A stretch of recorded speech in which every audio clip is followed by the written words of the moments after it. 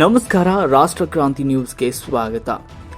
ರೋಣ ಪಟ್ಟಣದ ಪ್ರವಾಸಿ ಮಂದಿರದಲ್ಲಿ ನಿವೃತ್ತ ಶಿಕ್ಷಕ ಎಚ್.ಎಸ್. ಜೋಗಣ್ಣವರವರಿಗೆ ಸನ್ಮಾನ ಸಮಾರಂಭ. ರೋಣ ಪಟ್ಟಣದ ಪ್ರವಾಸಿ ಮಂದಿರದಲ್ಲಿ ದಲಿತ ಸಂಘರ್ಷ ಸಮಿತಿ ಹಾಗೂ ಸಮಾಜದ ವತಿಯಿಂದ ಕರ್ನಾಟಕ ದಲಿತ ಸಂಘರ್ಷ ಸಮಿತಿಯ 50ರ ಸಂಭ್ರಮಾಚರಣೆಯ ಕುರಿತು ಪೂರ್ವಭಾವಿ ಸಭೆ ಹಾಗೂ ಶಿಕ್ಷಕ ವೃತ್ತಿಯಲ್ಲಿ ಸೇವೆ ಸಲ್ಲಿಸಿ ನಿವೃತ್ತ ಹೊಂದಿರುವ ಶಿಕ್ಷಕ ಎಚ್.ಎಸ್. ಜೋಗಣ್ಣವರಿಗೆ ಸನ್ಮಾನ ಕಾರ್ಯಕ್ರಮ ಜರುಗಿತು. ಸನ್ಮಾನ ಸ್ವೀಕರಿಸಿ ನಿವೃತ್ತ ಶಿಕ್ಷಕ ಎಚ್.ಎಸ್. ಜೋಗಣ್ಣನವರು ಮಾತನಾಡಿದರು. ಸಂಘಟನೆಗೆ ಜೊತೆಗೆ ಸಾಯುವವರೆಗೂ ಕೈ ಜೋಡಿಸುವೆ. ಸಂಘಟನೆಗೆ ಎಲ್ಲರ ಸಹಕಾರ ಬಹಳ ಮುಖ್ಯ. ಸಂಘಟನೆಯಲ್ಲಿ ಶಕ್ತಿ ತುಂಬುವುದರ ಜೊತೆಗೆ ಎಲ್ಲರೂ ಒಂದೇ ಎಂಬ ಭಾವನೆ ಇರಬೇಕು. ಸಮಾಜದ ಸೇವೆಗೆ ನಾನು ಸದಾ ಬದ್ಧ. ಸಮಾಜದಲ್ಲಿ ಎಲ್ಲರೂ ಪ್ರಾಮಾಣಿಕವಾಗಿ ನಿಷ್ಠೆಯಿಂದ ಕಾರ್ಯನಿರ್ವಹಿಸಬೇಕು ಅಂತ ಅನಿಸಿಕೆಯನ್ನು ಹಂಚಿಕೊಂಡರು. ಈ ಸಂದರ್ಭದಲ್ಲಿ ಸೋಮು ನಾಗರಾಜ್, ವೀರಪ್ಪ ತೆಗ್ಗಿನಮನಿ, ಮೌನೇಶ್ ಹಾದಿಮನಿ, ಮಾರುತಿ ಹಾದಿಮನಿ, ಮಂಜುನಾಥ ಬುರುಡಿ, ರಮೇಶ್ ಕಡೆಮನಿ, ಪ್ರಕಾಶ್ ಹೊಸಳ್ಳಿ, ಸುರೇಶ್ ನಡುವಿನಮನಿ, ಪರಶುರಾಮ್ ಹೊಸಮನಿ, ಮುತ್ತಪ್ಪ ಪೂಜಾರ್, ಹನುಮಂತ ದ್ವಾಸಲ್, ಮುತ್ತಪ್ಪ ಜೋಗಣ್ಣವರ್, ಲಕ್ಷ್ಮಣ್ ಹೊಸಮನಿ, ಸಂಗಪ್ಪ ಹೊಸಮನಿ, ಬಾಳಪ್ಪ ಭಜಂತ್ರಿ, ಮಹದೇವಪ್ಪ ಮುಂದಿನಮನಿ, ಪುಂಡಲಿಕ್ ಮಾದರ್, ವೀರಪ್ಪ ತೆಗ್ಗಿನಮನಿ, ಎಸ್.ಎಸ್. ಹಲ್ಗಿ, ಹುಚ್ಚಿರಪ್ಪ ಬಾವಿಮನಿ ಸೇರಿದಂತೆ ಈ ಸಮಾಜದ ಮುಖಂಡರು ಪಾಲ್ಗೊಂಡಿದ್ದರು. ವರದಿ ಲಿಂಗರಾಜ್ ತಳಿಹಾಳ್, ರಾಷ್ಟ್ರಕ್ರಾಂತಿ ನ್ಯೂಸ್, ರೋಣ. ಎಲ್ಲ ತಾಲೂಕಾ ಜಿಲ್ಲಾ ಸಂಘಟನೆಯ ಪದಾಧಿಕಾರಿಗಳೇ, ಸಮಾಜದ ಮುಖಂಡರೇ, ಎಲ್ಲರಿಗೂ ನನ್ನ ಮೇಲಿಟ್ಟಿರುವಂಥ ವಿಶ್ವಾಸ, ಪ್ರೀತಿ, ಅಭಿಮಾನ ಅದಕ್ಕೆಲ್ಲಕ್ಕೂ ನಾನು ನಿಮ್ಮೆಲ್ಲರ ಮೇಲೆ ಸುರಣ. ಈ ಮೊದಲು ಸ್ವಲ್ಪ ಸಂಘಟನೆ ಬಗ್ಗೆ ಎರಡು ಮಾತುಗಳನ್ನು ಹಂಚ್ಕೊಂಡು ಆಮೇಲೆ ನಾನು ಸೇವಾದ ಬಗ್ಗೆ ಒಂದೆರಡು ಮಾತುಗಳು ಹೇಳಿ. ನಾನು ಯಾಕಂದ್ರೆ ನಿಮಗೆಲ್ಲ ಗೊತ್ತೈತೆ, ಭಾಳ ಮಾತಾಡ್ದವಲ್ಲ, ಏನಿದ್ರು ನಮಗೆ ಒಂದೆರಡು ಕ್ರಾಂತಿ ಗೀತಿದ್ರೆ ನಮ್ಮ ಹಟ್ಟು ತುಂಬಿಡ್ತಿತ್ತು. ಇಲ್ಲ ಆಯ್ತಿಲ್ಲ. ಈಗ ಒಂದೆರಡು ಮಾತಾಡ್ಬಿಡ್ತೀನಿ. ಈಗ ಸಂಘಟನೆ ಬಗ್ಗೆ ಎಲ್ಲರೂ ಮಾತಾಡಿದ್ರಿ.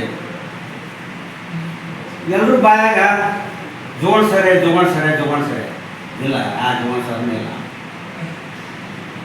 ಬೀಜ ಊರಿದ ಮನುಷ್ಯ ಒಬ್ಬನೇ ನಾ ಹೇಳ್ಕೊಂತೀನಿ ಎಲ್ಲಿ ಮುಗಿವನ್ನ. ಆಮೇಲೆ ಅದಕ್ಕೆ ಏನೇನೋ ಉಪಕಾರ ವಹಿಸಿ ಮಾಡ್ದವ ಇರಲಿ ಹೇಳ್ಕೊಂಡು ನಾವು ಅವಾಗ PU ಸೆಕೆಂಡ್ ಇಯರ್ ಫೇಲ್ ಆಗಿದ್ದೀವಿ. ಅದೇ ಸರ್ಕಾರಿ ಶಾಲೆ ಹಟ್ಟಿ ಮುಂದೆ ಕೂತ್ಕೊಂಡು ಸುಮ್ಮನೆ ಮಾತಾಡ್ತಿದ್ವು. ಏನಾದರೂ ಒಂದು ಮಾತನಾಡುವಾಗ ಏನಂತಂದ್ರೆ ಈ ಎಲ್ಲ ಸಂಘಟನೆ ಬಗ್ಗೆ ಬೆಳಕು ಚೆಲ್ಲೋರು ಯಾರು ಅಂತಂದ್ರೆ ಹಿರಿಯರು ಅವ್ರು ಏನು ಮಾಡ್ತಿದ್ರು ಅಂತಂದ್ರೆ ಹೆಂಡ್ರು ದುಡ್ಕೊಂಬಂದಂಥ 5 ಕಾಸು ನೋಡಿದ್ರೆ ಒಂದು ಕಾಸು ಭಾಳ ಸರಿ ಮುಂದ್ಕೊಂಡು ಇಸ್ಪಟ್ಟು ಆಡ್ತಿದ್ರು ಅವರು. ಅದು ನಮ್ಮನ್ನು ಬೇರೆ ಅವ್ರು ದೇವದಾಸರಿ ಏನು ಬರ್ತಾವ, ನಮ್ಗೆ ಏನೋ ಗಿರಾಕಿ ಬರ್ತೀವಿ, ನಮಗೆ ಕಾಸು ಕೊಟ್ಟರೆ ಸ್ಟೇಷನ್ ಮಾಡಿ ಹೋಗಿ ನಮ್ಮ ಕಂಪ್ಲೇಂಟ್ ಕೊಟ್ರೆ ಹಿಂಗೆ ನಮ್ಮ ನಾವು ದುಡ್ಕೊಂತಿದ್ವಿ ಇಷ್ಟೆಲ್ಲ ಅದು ಪ್ರಕರಣಗಳದು. ಆಮೇಲೆ ಅವಾಗ ಎಲ್ಲಿ ಹೋದ್ವಿ ಅಂತಂದ್ರೆ ಇಬ್ಬರೇ ನಾವು ಕಿಶನ್ದಾಗ ₹6 ಅಷ್ಟೇ ಚಹಾ ಕುಡಿಯೋಕೆ ರೊಕ್ಕ ಇಲ್ಲ ನಮ್ಮ ಕಡೆ. ಇಬ್ಬರೇ ಹೋದ್ವಿ ನಾವು. ಎಲ್ಲಿ ಹೋದ್ವಿ? ಹುಬ್ಳಿಗೆ ಹೋದ್ವಿ. ಹುಬ್ಳಿಗೆ ಏನು ಮಾಡಿದ್ರು, ಗದಗ ಕಡೆ ಬೊಟ್ಟು ಮಾಡಿಕೊಡ್ತಾರೆ. ಅಲ್ಲಿ ಹೋಗ್ರಿ ಗದಗ ಬಂದ್ವಿ. ಹಂಗೆ ಗದಗ್ನಾಗ ಏನಂದ್ರು, ರೋಣ ಅಂತಂದ್ರೆ ರೋಣ ಎಲ್ಲಿರ್ತದ ಅಂತ ಕೇಳಿದ್ರು. ಎಲ್ಲಿ ಅಂಬೇಡ್ಕರ ಸೇವೆನ ಮಾಡೋದಕ್ಕ ಮಾಡಿದ್ರು. ಏನು ಘಟ ಇದ್ದಾಗ ನಮ್ಮ ಒಬ್ಬರು ಹಿರಿಯರು ಹೇಳಿದರು, ಸರ್ ಏನ್ರಿ ಹಿಂಗೆ ಆಗಿಬಿಡೈತಿ. ಏನಿಲ್ಲ ಅಂತಿಲ್ಲ, ನಾವು ತಿಳ್ಕೊಂಡಂಗೆ ಇರ್ತೈತೆ. ಏನಾಗಿಬಿಡೈತೆ ಅಂತಂದ್ರೆ ಕಾಂಗ್ರೆಸ್ ಹಾಂ ಮಾಡ್ಕೊಂಡಿರ್ತಾರೆ, BJP DSS ಅವ್ರು ಹಾಕೊಂಡು ನಮಗೆ ನಕ್ಸಾಕೊಂಡು ಮಾತದ. ನಾವೇ ಅದನ್ನು ಬಿಟ್ಕೊಟ್ಟು ನೀವು ಬೇಡ ಅಂತೇಳಿ ಗಟ್ಟಿಯಾಗಿ ನಿಂತ್ರ ಅವರು ಯಾರು ಇಟ್ಕೊಂಡು ಅವ್ರು ಕಾಂಗ್ರೆಸ್ ಅಂತವ್ರು BJP ತಮ್ಮ ತಾವು ಮಾಡ್ಕೊತಾರೆ ಅನ್ನುವಂಥ ಇದಾಗಿದೆ ಅಂತ ಅನ್ನೋದಂತ ನನ್ನ ಯಾಕಂದ್ರೆ ಒಂದು ಹುಡುಗ ಹೇಳ್ದ, ನಮ್ಮ ಹುಡುಗ ಹೇಳ್ದ, ಸರ್ ಇದು ಪೂರ್ವ ಪ್ರಮಾಣದಿಂದ ನೀವು ಸಂಘಟನೆ ಬಗ್ಗೆ ಒಲವು ಕೊಡ್ರಿ. ಈಗ ಯಾಕಂತಂದ್ರೆ ಸೇವೆ ಅಂತ ಮುಗಿದ್ರು.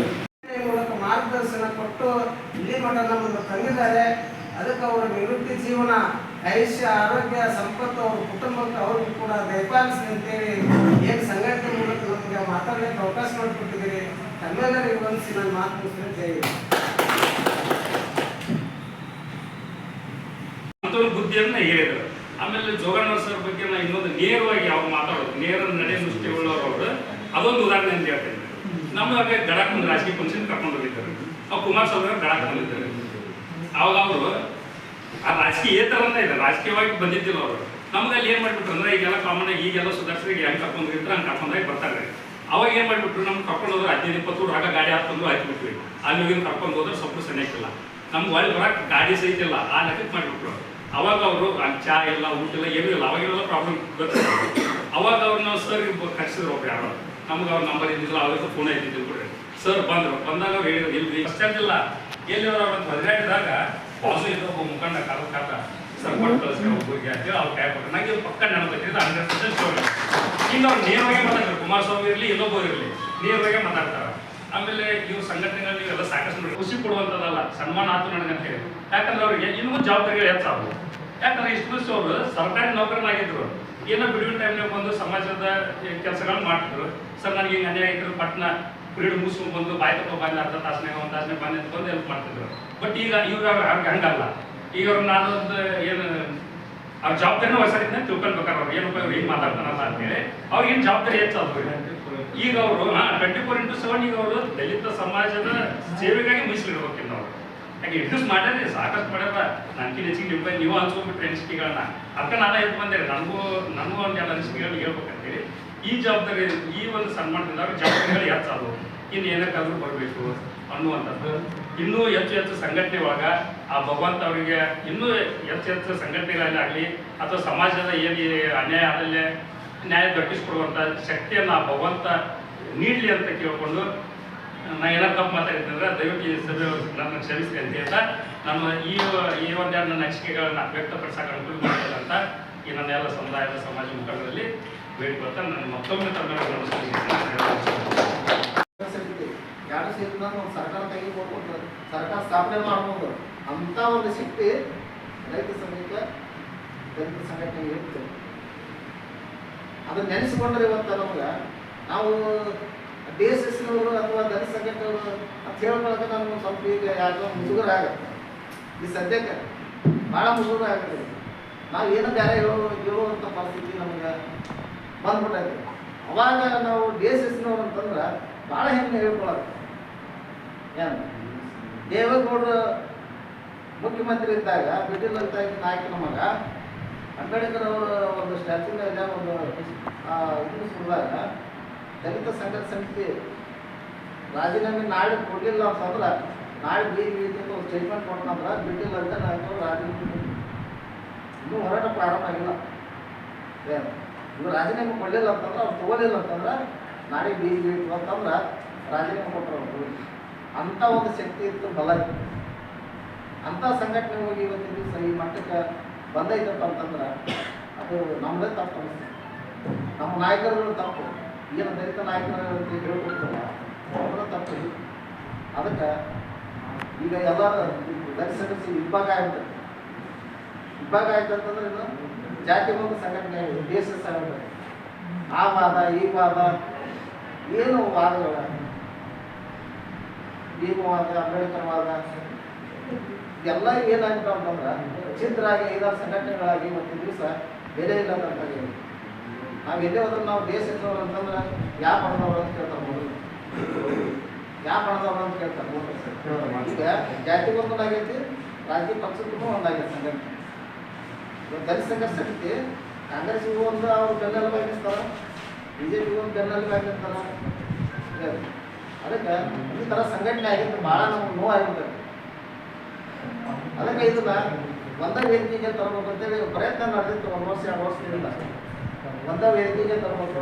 ಮತ್ತು ಮೊದಲು ಹೆಂಗಿತ್ತು 80-90 ದಶಕಗಳು ಹೆಂಗಿತ್ತು ಆ ರೀತಿ ಒಂದು ಸಂಘಟನೆ ಬಲವಾದ ಒಂದು ಸಂಘಟನೆ ಮಾಡೋಣ ಅಂತಂದು ಎಲ್ಲ ಮುಖಂಡರು ಕೂಡಿದ್ರು ಬೆಂಗಳೂರಾಗ. ಅದು ಏನಾದ ಪ್ರಕ್ರಿಯೆ ಅನ್ನೋದು ನಮ್ಗೆ ಇನ್ನೂ ಅದು ಗೊತ್ತಾಗಿಲ್ಲ. ಆದ್ರೆ ಒಂದೇ ವೇದಿಕೆಗೆ ಬಂದು ಒಂದೇ ಸಂಘಟನೆ ಮಾಡಿದ್ರೆ ಇನ್ನೂ ಹೆಚ್ಚಿನ ಬಲ ಬರ್ತಂತಂದು ನನ್ನ ಅನಿಸಿಕೆ ಅದಕ್ಕೆ ಜೋಗಣ್ಣವರು ಇವತ್ತಿನ ದಿವಸ ನಮ್ಮೊಳಗೆ ನಿಂತಾರೆ. ಅವರು ಈಗ ಬರ್ತಡೇ ಕೇಕ್ ಕೆಲಸವನ್ನು ತರಿಸಿ ಅವರು ಸಿಹಿ ಹಂಚೋದ್ರ ಮೂಲಕ ಬರ್ತಡೇ ಮಾಡೋಣ. ಸರ್ ಅವ್ರಿಗೆ ವಿಶ್ರಾಂತಿ ಸುಖವಾಗಿರಲಿ, ನಮ್ಮೆಲ್ಲರ ಹೋರಾಟಗಳಿಗೆ ನಮ್ಮೆಲ್ಲರ ಮಾರ್ಗದರ್ಶನ ಇರಲಿ, ನಮ್ಮ ಮೇಲಿನೂ ಕೂಡ ನಮ್ಮ ಮಾರ್ಗದರ್ಶನ ಇರಲಿ ಅಂತ ಕೇಳ್ಕೊಬೇಕು ಅಂತ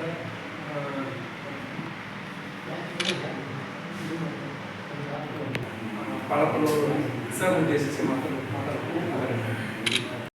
ಒಂದು ಹೋರಾಟದ ಅವಧಿ ಹಿಂದೆ ನಮ್ಮ ರೋಣ ತಾಲೂಕಿನ ಮಾಜಿ ಶಾಸಕರಾಗಿರ್ತಕ್ಕಂಥ ಕಳಕಪ್ಪ ಬಂಡಿಯವರು ಏಕಕಾಲದಲ್ಲಿ ಗಜೇಂದ್ರಗಢದಲ್ಲಿರ್ತಕ್ಕಂಥ SC ಶಿಕ್ಷಕರನ್ನು ಮತ್ತು ಇತರೆ ಸಿವಿಲ್ ಪಾರ್ಟಿಗಳನ್ನು 14 ಜನರನ್ನ ಬೆಳಗಾವಿ ಜಿಲ್ಲೆ ಚಿಕ್ಕೋಡಿ ತಾಲೂಕಿಗೆ ವರ್ಗಾವಣೆ ಮಾಡಿದ್ರು ಸಾಮೂಹಿಕವಾಗಿ.